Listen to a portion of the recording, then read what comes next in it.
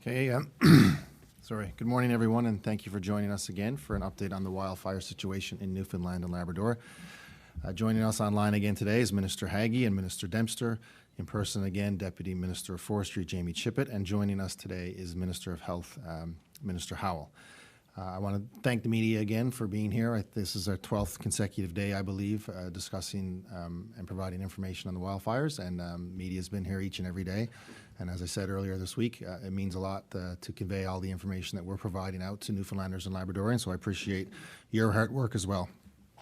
Just an update on the number of wildfires so we can, again, continue to put in context how severe this situation is. According to the Provincial Wildfire Dashboard, we are now at 214 fires in the province so far this year, compared to 97 last year. And of course, as we now know, multiple fires which are occurring simultaneously in different regions of the province continues to present challenges. But as true Newfoundlanders and Labradorians, we continue to see tremendous, overwhelming commitment to help. I want to start by talking a little bit about the new off-road vehicle restrictions that were discussed and put in place yesterday. I want to reiterate and be very clear that this is a temporary measure that out of an abundance of caution we've decided to put in place to help protect our communities. The restriction applies throughout the entire province in areas where the fire weather index is classified as either high, very high, or extreme. It will be in place till at least 11:59 p.m. Sunday, August 17th, 2025, and we will reevaluate it based on the forecasted wildfire index and wildfire behavior at that time. If anybody was already in the woods at the time this order was put in place and they need to use an off-road vehicle to exit a restricted area, there is a one-time exemption to leave the area that you were in place. This exemption ends at 11:59 p.m. Friday, August 15th, 2025. Again, this is if you were already in the woods at the time we put the restrictions in place yesterday. I will reiterate what I said yesterday, that an off-road vehicle is defined as a wheeled or tracked motorized vehicle designed or adapted for cross-country travel on land, water, ice, snow, marsh, swampland, or other natural terrains, an all-terrain vehicle including a side-by-side, a mini bike, dirt bike, or trail bike, a miniature vehicle such as a dune or sport buggy, an off-road maintenance machine, and an amphibious vehicle. And forested land is trees or shrubs, dry marsh, bogland, land commonly known in this province as barrens, and does include trailways. I'll just add that we have received numerous calls asking specific questions about what parts of the province this applies to and what sort of vehicles it applies to. I would ask everybody to use the spirit of what we're trying to do here and not look for exceptions to the rule. Just try and generally follow the rule, and the rule is be safe. Assume it is an off-road vehicle, assume it is a wooded area. The past couple of days I've spoken with Minister Jerry Byrne, and we will be requesting the federal government extend employment insurance flexibilities for impacted workers. This has been offered by the federal government during other major wildfires throughout the country. And to expedite EI benefits for people impacted by these areas will help greatly. This is, of course, in addition to the immediate support the Government of Newfoundland and Labrador has been providing in partnership with the Canadian Red Cross and the Salvation Army. So as for the specific updates on the wildfires, Mother Nature is giving us a little bit of a break, and crews are expecting a good day in parts of the province with regards to fire suppression. The Kingston Fire is now 8,019 hectares at almost 1,500, mostly on the western edge, inland and away from the coast yesterday. Ground crews are working to secure the southern edge, and it has been a big success in slowing down this fire. Construction is still going on the fire break to the north of the fire, and approximately 2 kilometers of a fuel break has been completed. The fire has reached Northern Bay. Again, we do not have a specific number of any impacted structures in that community. On the fire today, there will be 1 to 2 tankers, and the high-capacity helicopter will be in the area. There will be 3 bucketing helicopters as well, and 20 ground crew from Ontario, Newfoundland and Labrador forest firefighters, local fire departments, and crews continue to work on the fuel break. Military crews and volunteer fire departments are also assisting with suppression efforts. Just to provide an update, I know the question's been asked about the potential number of structures. Again, I need to be very clear that it is next to impossible to determine how many structures have been lost due to the extreme fire behavior and the smoke and the danger of trying to make that assessment right now. So, of course, when we get through this, we will be able to accurately assess what has been damaged and what has been lost in these communities. But I know people are continuing to ask. So the number right now, to a best approximation, is that there's potentially up to or around 100 structures, 100 homes that have been lost due to the Kingston Fire. There is not much change in the Paddy's Pond fire overnight. It is now about 306 hectares. The winds this morning are southerly, moving to southwest early to mid-afternoon, which is good news because it would push the fire into Paddy's Pond. Cooler temperatures, higher humidity with some cloud cover are favorable, even if there's not much rain today. Some fire breaks are complete and some are still under construction. The fire guards are continuing to work well, and at this time, there's no structure loss reported. Today at Paddy's Pond, there will be 3 to 4 tankers, a bird dog, 2 helicopters bucketing, 2 Coast Guard helicopters, and local fire departments are continuing to work with us. The ground crew working on this fire guard is around 25 people, and work continues on the east and the west boundaries. St. John's Regional Fire Department continues to provide ground suppression along the Trans-Canada Highway, and residents are reminded that this fire is still very active and to monitor official government sources for updates. Just on that note, I have seen on social media over the last 24 hours people reporting or making the decision to say that they felt that the Paddy's Pond fire was out. It is not out. It is still out of control. We do have good news, but there's still a lot of work to do, and we're not there yet. The Martin Lake fire is now 2,160 hectares. It is about 16 kilometers south of Grand Falls, Windsor. It is about 140 meters from the Route 360, the Beta Spare Highway, but it did not cross overnight. Route 360 will not reopen today, and individuals in this part of the province should be prepared for closure to be extended at least for a couple of days. The weather is better than expected today, and it will be a better day for aerial suppression. The forecast is high, humid, and south and southwest winds. The news is a possible 10 to 20 millimeters of rain tomorrow. 3 helicopters, the 802s from New Brunswick, and a bird dog. It is unlikely for ground crews today due to the extreme fire behavior. Another piece of good news is, as a result of the 2022 fire in that area, a 100-meter wide fire break was constructed along the transmission line and built towards Grand Falls, Windsor. That is about 11 kilometers long. So as the fire approaches that fire break was constructed 3 years ago, so that will very much will provide some relief and safety in that part of the area. Unfortunately, we do have reports that cabins are likely impacted, but everyone is safe. And again, there's extreme smoky behavior in this part of the province, so we can't confirm the number of lost structures.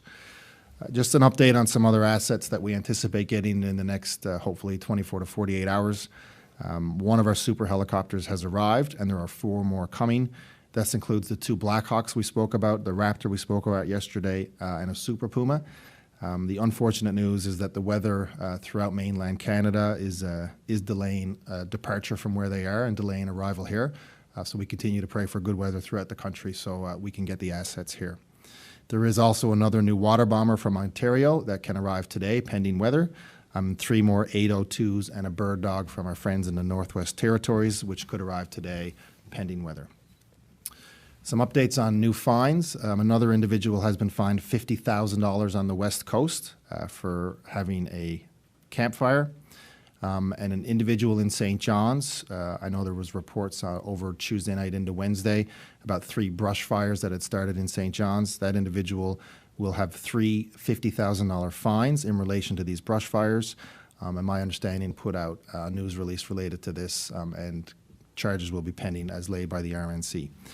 The last point I want to make is we did open up a tip line for people throughout the province to report any concerns that they may have, individuals they may see violating any regulations. It was a good thing to do. The sad thing resulting from this is people are calling public servants and berating them and criticizing them for decisions that the government has made. That is totally unacceptable. These public servants are working day in and day out, 24/7. To make sure Newfoundlanders and Labradorians are safe. And I know that they are doing everything they can to deliver good news to Newfoundlanders and Labradorians and tie up resources to vent their ridiculous and unfair and ugly and angry comments at public servants is completely unacceptable, and it's not who we are as Newfoundlanders and Labradorians, and that needs to stop. And I just want every public servant to know that I see them, I know how hard they're working, the ministers up here know it as well, and I want to thank them on behalf of all the good Newfoundlanders and Labradorians for the work that they're doing. Minister Haggie. Thank you very much, Premier. I'll try and be brief as we have a larger cast list than usual. Just touching on several subjects, insurance. If you are not involved even in any of these alerts or situations, go check your insurance. And for those people who are, keep your receipts. We've had some comments and questions about water. And I think it was a misunderstanding of things that were said at the previous meeting. The only places that have any restrictions on water that did not exist before the emergency are the ones weighted and subject to fire damage. If you are in St. John's or any of the surrounding communities, even those under alert, the water is safe, you can drink it, and there's no need for any concern at all. Financial support continues, and the Red Cross are making disbursements. There are arrangements for those people now who were in Musgrave Harbour and evacuated, and Badger who were evacuated, to also claim for their financial support. Those details are in detail on the Government of Newfoundland and Labrador website, and also will be detailed in this advisory. I just want to reiterate some of the things I've said before. There are active discussions with the federal government. I had a very productive discussion with Minister Olszewski and her staff yesterday afternoon, and it was down to the level of, shall we change a dangerous goods crossing with Marine Atlantic to get the avgas here faster? Helpful. And are working hard to try and facilitate all of our requests, which we've prioritized, given the fact that there are so many fires elsewhere. And I'd like to thank our colleagues across the country for their help and their support. We do have a tip line, as the Premier referenced. If you see something suspicious, if you see it, report it. Don't resort to social media. And for those assholes who were on the phone yesterday, talking crap to our staff, stop it. You're the same people who trolled us during COVID, and it was unacceptable then, and it's unacceptable now. This is a state of crisis. Our staff are not there to do anything except help, and they have done it to the best of their ability. They deserve better than that. So sorry so much for trying to be quick. Thank you, Premier. Two quick points that will directly relate to the bulk of the emails we've received over the last 24 hours that relate to industrial use and ATVs. I want to remind the people of the province that the Department of Fisheries, Forestry and Agriculture have extended the suspension of all forest operating permits in areas of the province where the fire hazard index is very high or extreme. That suspension covers all industrial operations, including domestic harvesting, and is in effect until further notice. There's been a number of questions around ATV use. I'm going to put it quite simply. People should avoid travel to and in the woods if possible. Please just take a weekend off. Stay home for a few days, and that will be your huge contribution to our efforts here. As I said, we are prohibiting any heavy equipment or industrial activities on forested land. If it is possible, as the Premier said, to start a fire with the activity, you shouldn't be doing it. We're just simply asking to apply some common sense on everything you do now through that lens. Thank you very much, Minister Dempster. Minister Howell, welcome. Yeah, thank you, Premier. And good morning, everyone.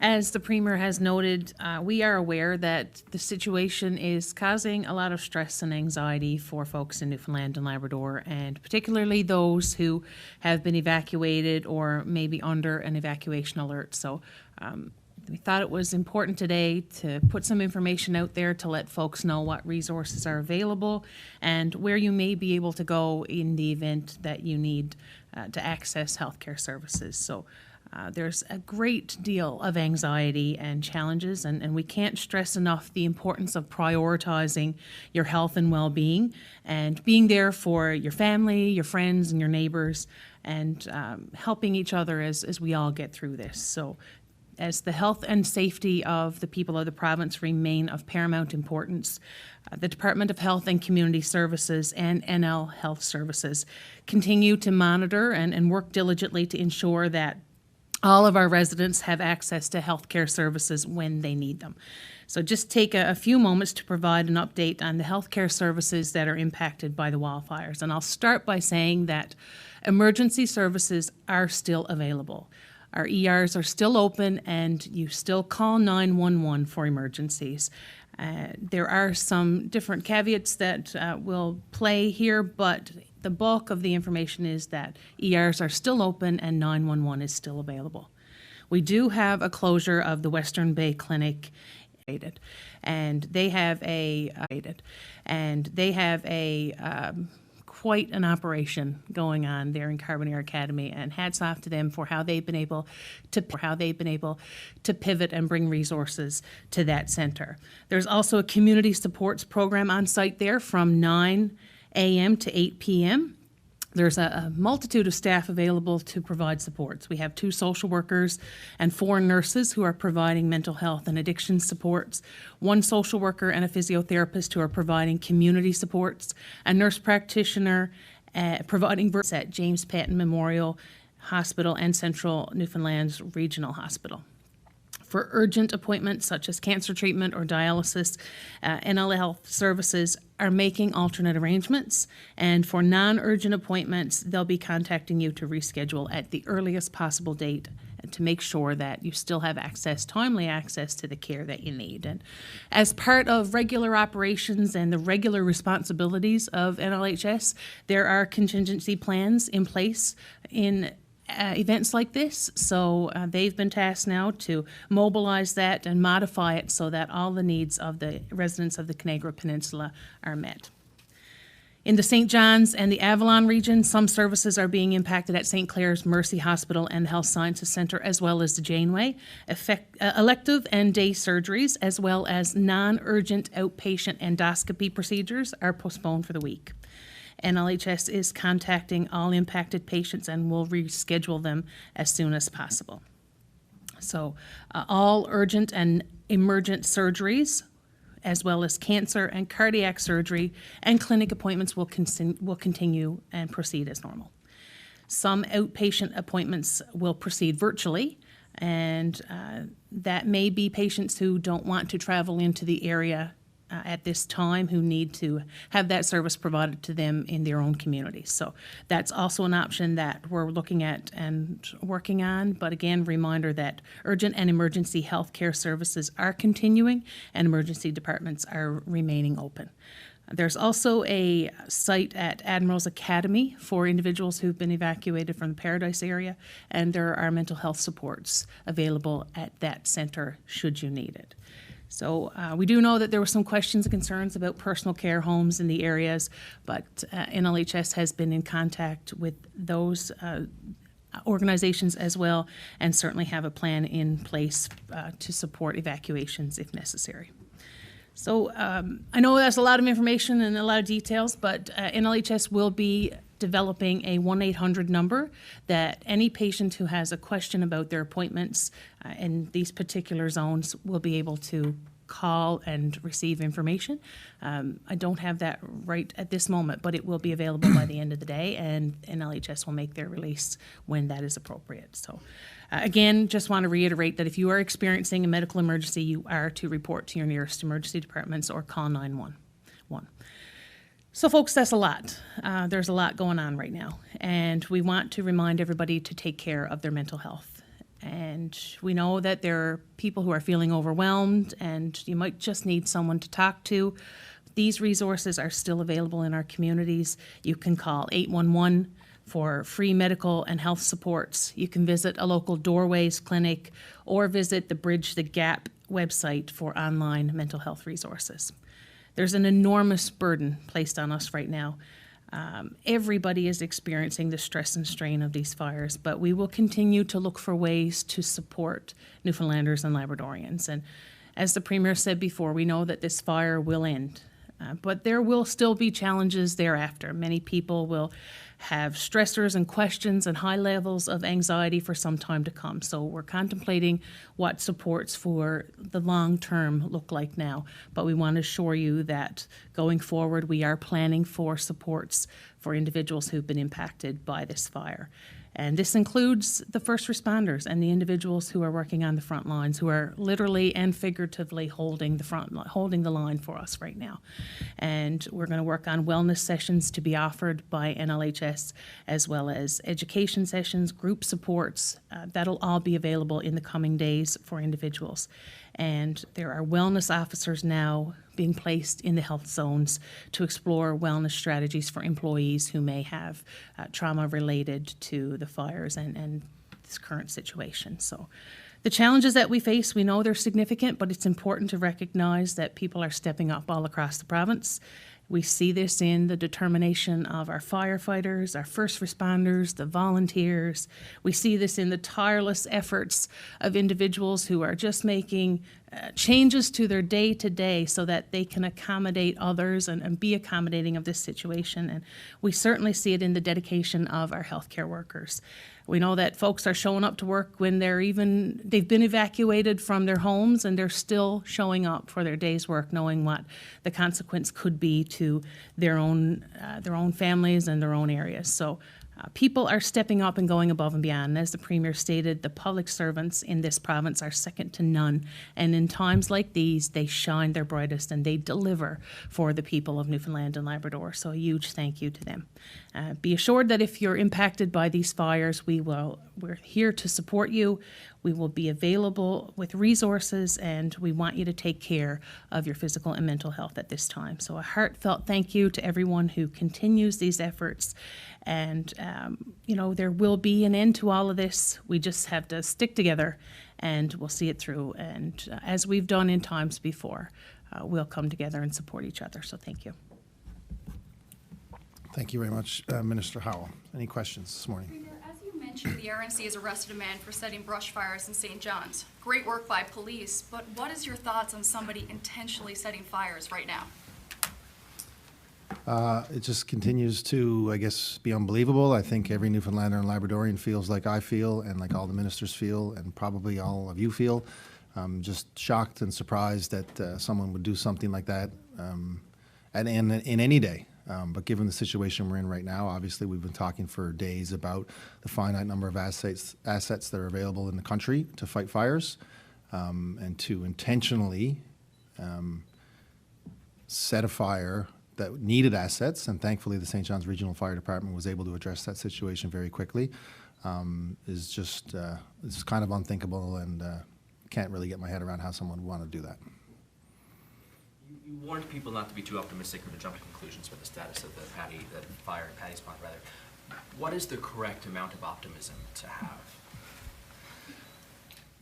I think I said it earlier this week. Let's always be hopeful and let's always be optimistic, but let's be realistic as well.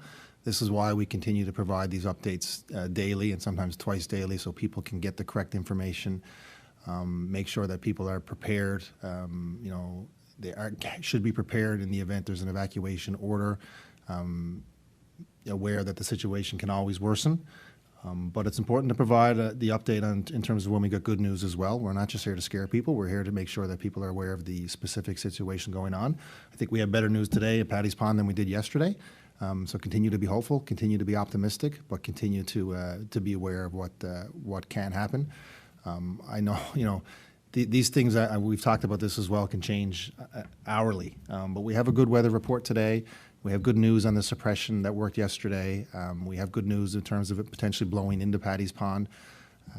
So I guess, my comment will be, always be hopeful, but always be realistic as well. There was a video circulating on social media yesterday that I think might have fueled some of that. Yeah. It showed some smoke in the area, but no visible flame. So maybe can you speak to what people were seeing yesterday and why that's still considered Yeah, I think to be Jamie out of could speak to control? that, but no flames doesn't mean no fire or no risk. I'll take that and I'll use an example from earlier this year. So I did do a flight over one of the other forest fires and was there at the late afternoon period that tends to have the most forest fire activity. And within the span of 20 minutes to a half hour, that fire went from very smoky, very limited open flame to just a wall of open flame. So Premier's absolutely right. That fire's not out. It's into the ground, and it's still really warm, albeit some cloud cover and those types of things are positive news. So I think optimistic, but still not at a point where we're talking about this thing being held or under control. What kind of conditions would we need to see with that particular fire to lift the evacuation or alert orders? I don't think we're at a point in time to even start that discussion. Obviously, it would be informed by a recommendation from our incident commander. And based on the fact that, a day and a half ago, that fire was in very serious, high-ranked risk to several communities in and around St. John's, I'd just leave that there right now. But would all the hot spots need to be out? What kind of conditions need to be there to lift things? So I just used the example that a couple of days ago, hot spots were detected on the Holyrood fire. They were addressed. There are still people who are around the Holyrood fire. So there will be a point in time where the incident command will figure that that is safe to have a discussion about people going back and changing the status to being held as opposed to out of control that it is now. What about the Vegas-Bear Highway? What factors go into play to be able to let people through that highway there? Yeah, I think obviously, two things, the location of the fire and the smoke. I mean, it was closed originally, my understanding, if I can remember correctly, it was smoke. I think that's what happened in 2022 as well.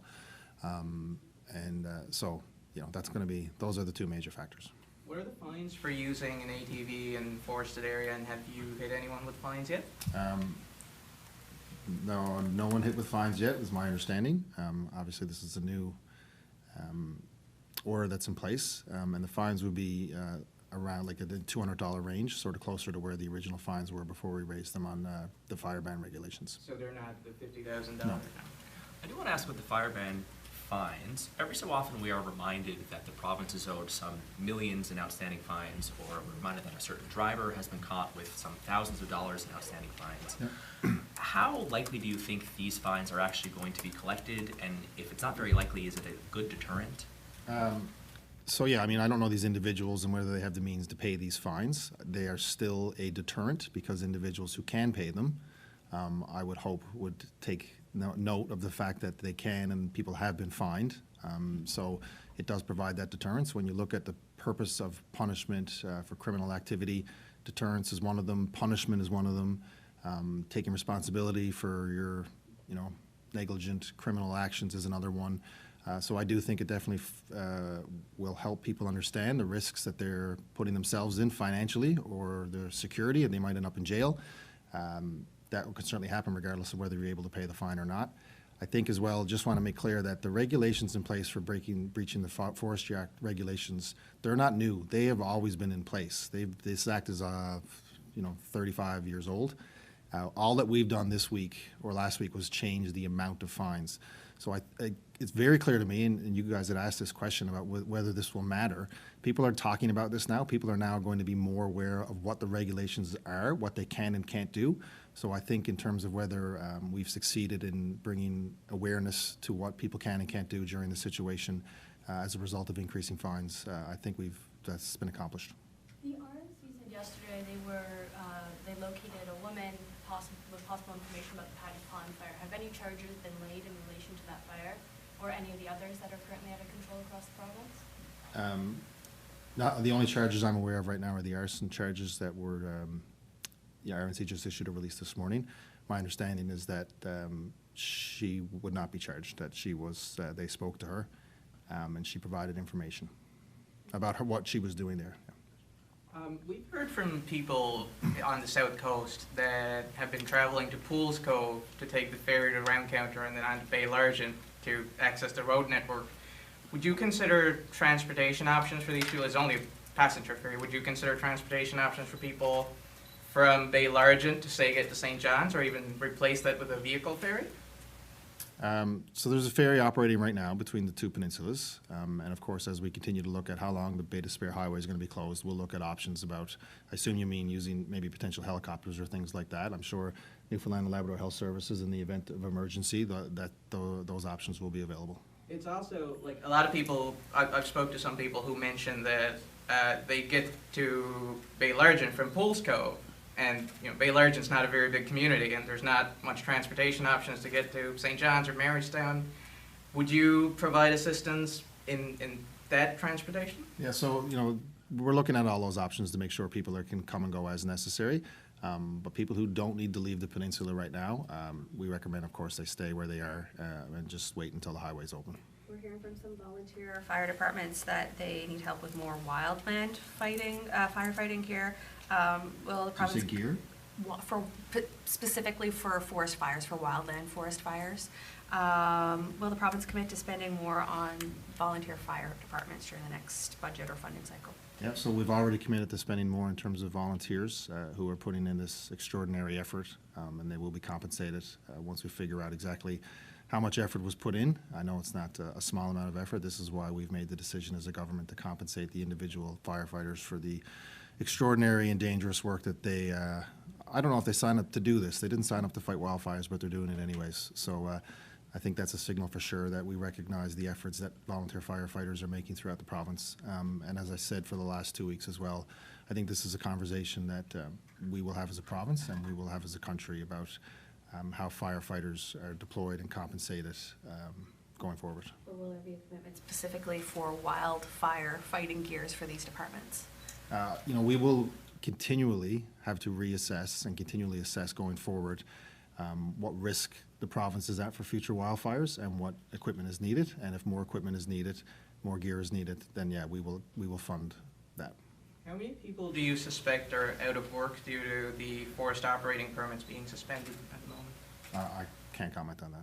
We've heard from some ATV tourism operators who are wondering if there will be any compensation for loss of income for them because of the ATV ban. Can you comment on that? So this is, these are all the consequences that happen to roll out after almost 2 weeks of wildfires. And we are going to look at everything as these issues arise. For example, EI, that wasn't an issue necessarily last week, and it is an issue now. This is why we're going to talk to the federal government about that. So in terms of businesses that may be impacted because of decisions that the government had to make, the right decisions to make sure Newfoundlanders and Labradorians are safe, that's always the priority.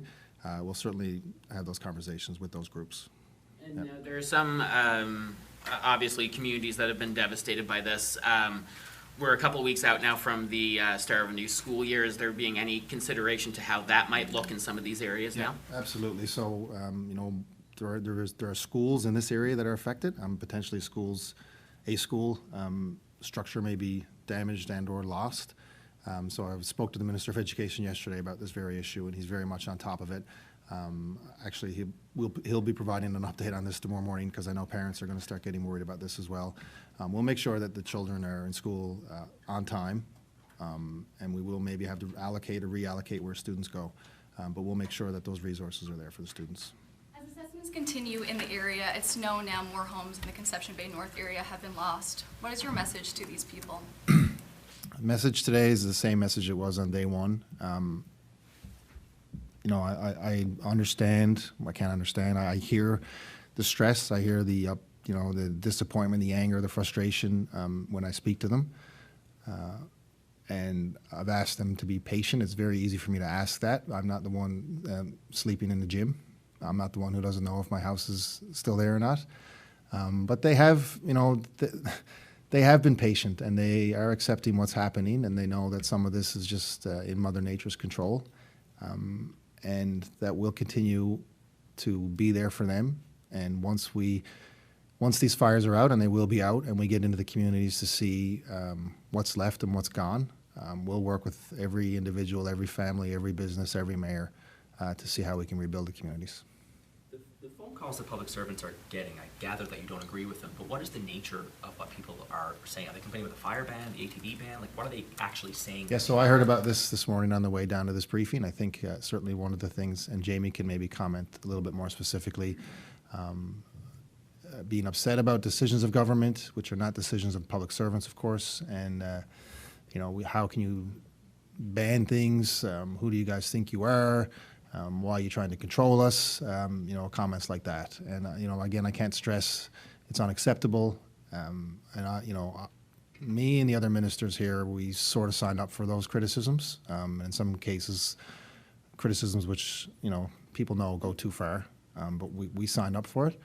Public servants didn't sign up for that. And that's not fair. That's not right. The other thing I wanted to ask is, could you give a bit of more of an accounting of the air assets, which ones are through the CIFFC and which ones are privately? So maybe what we'll do is, there's a lot of assets, and I was able to tell you specifically this last week what we had here, but as they continue to grow, we'll put together a specific list of what we have and what's coming and provide that to you. Put timelines on that too for what's coming? We can tell you what's coming, but we can't necessarily tell you when because of the weather situation. But yeah, we can do our best. Yeah. Okay. Thanks everyone. Stay safe.